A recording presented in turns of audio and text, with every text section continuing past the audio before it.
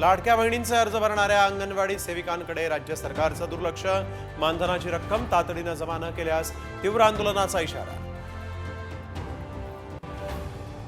राज आणि उद्धव ठाकरे एकत्र, मुंबईत भाच्याच्या लग्नासाठी सहकुटुंब उपस्थित। कौटुंबिक सोहळ्यात ठाकरे बंधूंचा संवाद, राजकीय दुरावा मिटणार का याकडे लक्ष। बीड प्रकरणामध्ये लक्ष घाला, शरद पवारांचा मुख्यमंत्री देवेंद्र फडणवीसांना फोन।